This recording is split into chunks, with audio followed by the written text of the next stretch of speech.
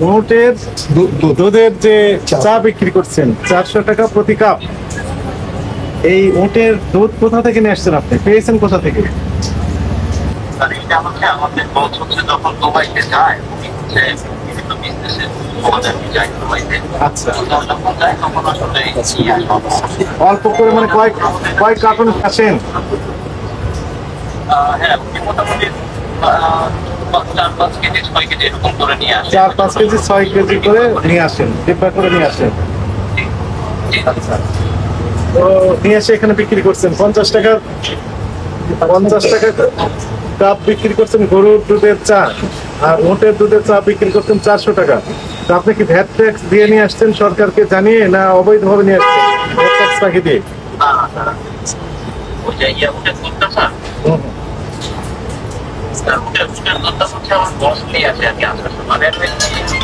আচ্ছা, যদি নিয়ে আসেন তাহলে আপনি ব্যক্তিগত খাওয়ার জন্য, ব্যক্তিগত ব্যবহারের জন্য, আত্মীয় স্বজনকে দেওয়ার জন্য আপনি নিয়ে আসতে পারেন, এটি আইন আছে ঠিকই।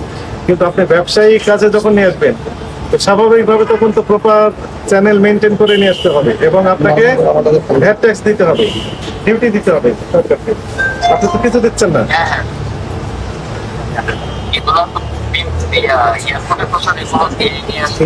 কাগজ দেখান তাহলে একটু দয়া করে। 400 টাকা কাপ বিক্রি করেন, আমার আপত্তি নেই, কিন্তু আপনার কাস্টমার যদি এখানে খায় 400 টাকা দিয়ে, আমাদের আপত্তি নেই। আপত্তিটা এখানেই যে জেনুইন প্রোডাক্টটাই আপনি কি দিচ্ছেন কিনা, এটি ইম্পর্টেন্ট ইস্যু। তারপর কোনো কাগজপত্র নেই, তাহলে আপনি এক কাজ করেন, এখানে কাগজপত্র দেখাতে বলেন ওনাকে।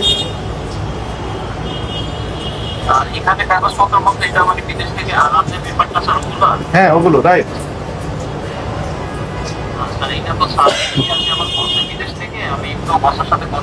হ্যাঁ, কথা বলেন, বলে এখানে এক্ষুনি মানে এখানে দেখাতে বলেন, এখানে দেখাতে বলেন। ঠিক আছে, জরুরি জানান, আমরা আছি আপনার একটু পাঠানোর ব্যবস্থা। হ্যাঁ, এখানে নেই, এখানে নেই। কয়টা শাখা আপনাদের? আপনাদের শাখা আছে মোট কয়টি?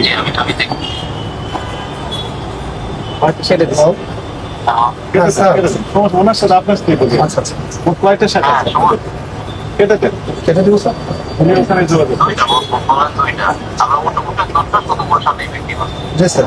আচ্ছা, ঠিক আছে। এখন আপনি ওটের দুধের চা বিক্রি করছেন। আচ্ছা, তেলা পোকা পায়খানা, সেটা কেউ চা বিক্রি করে?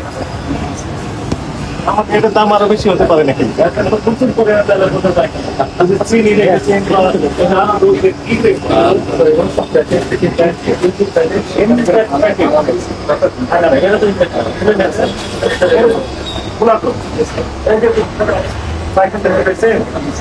এখানে